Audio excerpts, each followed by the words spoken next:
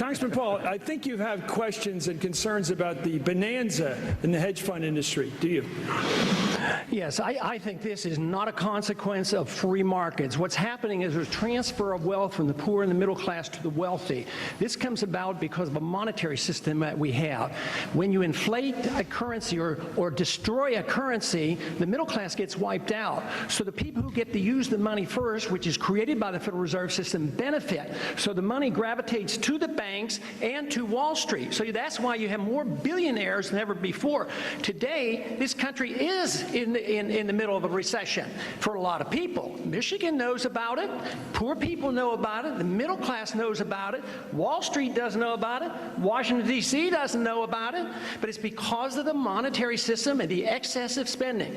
As long as we live beyond our means, we are destined to live beneath our means. And we have lived beyond our means because we are financing a foreign policy that is so extravagant and beyond what we can control, as well as the spending here at home. And we're depending on the creation of money out of thin air, which is nothing more than debasement of the currency. It's counterfeit, and it is a natural, predictable consequence that you're going to have people benefit from it and other people suffer. So if you want a healthy economy, you have to study monetary theory and figure out why it is that we're suffering. And everybody doesn't suffer equally, or this wouldn't be so bad. It's always the poor people, those on retired incomes, that suffer the most. But the politicians and those who get to use the money first, like the military-industrial complex, they make a lot of money and they benefit from it. Thank you, Congressman.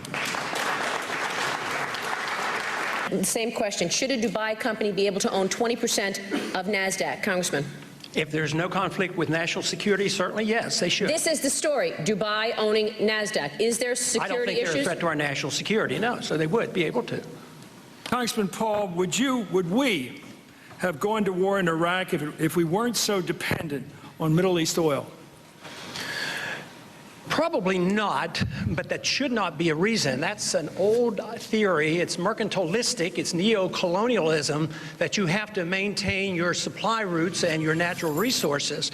But I think there's still a lot of those kind of people around, and they believe, you know, we were told it was about oil and jobs when it first started in 1990, and this is just a continuation of that war.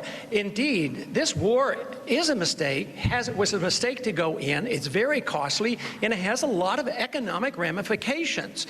We're going broke. We have this huge deficit. We're spending nearly $1 trillion with maintaining our empire overseas, and that's a cost. Right now, we own foreigners $2.7 trillion. No wonder they have money to come back in here and buy stuff up, and then we object. But that has to do with our monetary system as well as our foreign policy. So if we want prosperity, we have to change our foreign policy. We have to live within our means, but we can't maintain a reserve currency where all our greatest export today are paper dollars. We create money out of thin air, and they still accept it as if it was backed by gold. And that is the reason all this money goes overseas, and at the same time we finance all this military activity overseas. It's bankrupting this country. And not only that, it's a threat to our personal liberties here, and it's going to be a threat to our economy because we are beginning to live beneath our means. And that is a natural consequence of what happens when you live beyond your means. So we must change our policy both overseas and domestically. Congressman Paul, do you believe the President needs authorization of Congress to attack strategic targets in Iran, nuclear facilities? Absolutely. This idea of going and talking to attorneys totally baffles me. Why don't we just open up the Constitution and read it? You're not allowed to go to war without a declaration of war. Now, as far as fleeting enemies go, yes, if there's an imminent attack on us, we've never had that happen in 220 years.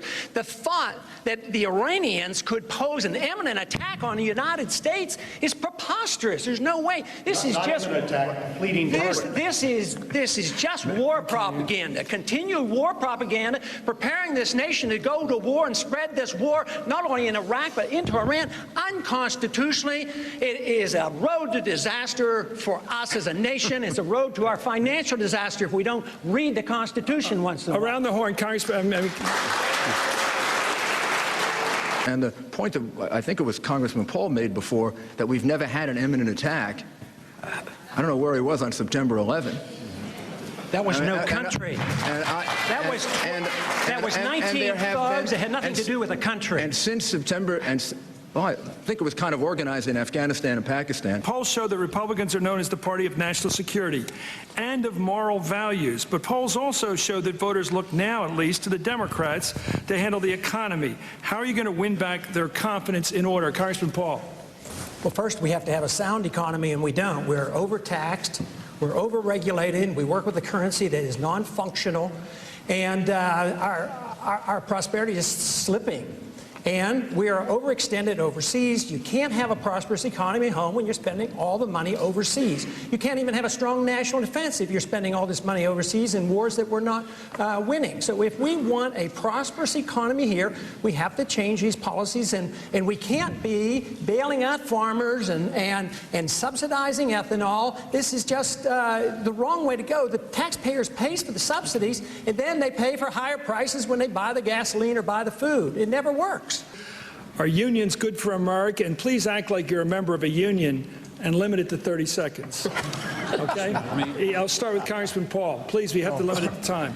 The right to unionize should be a basic right of any group. You should be able to organize. You should have no privileges, no special benefits legislated to benefits the unions. But you should never deny any working group to organize and negotiate for the best set of standards of working conditions. Congressman Paul, do you promise to support the nominee of the Republican Party next year? Not right now, I don't. Not unless they're willing to end the war and bring our troops home, and not unless they're willing to look at the excessive spending.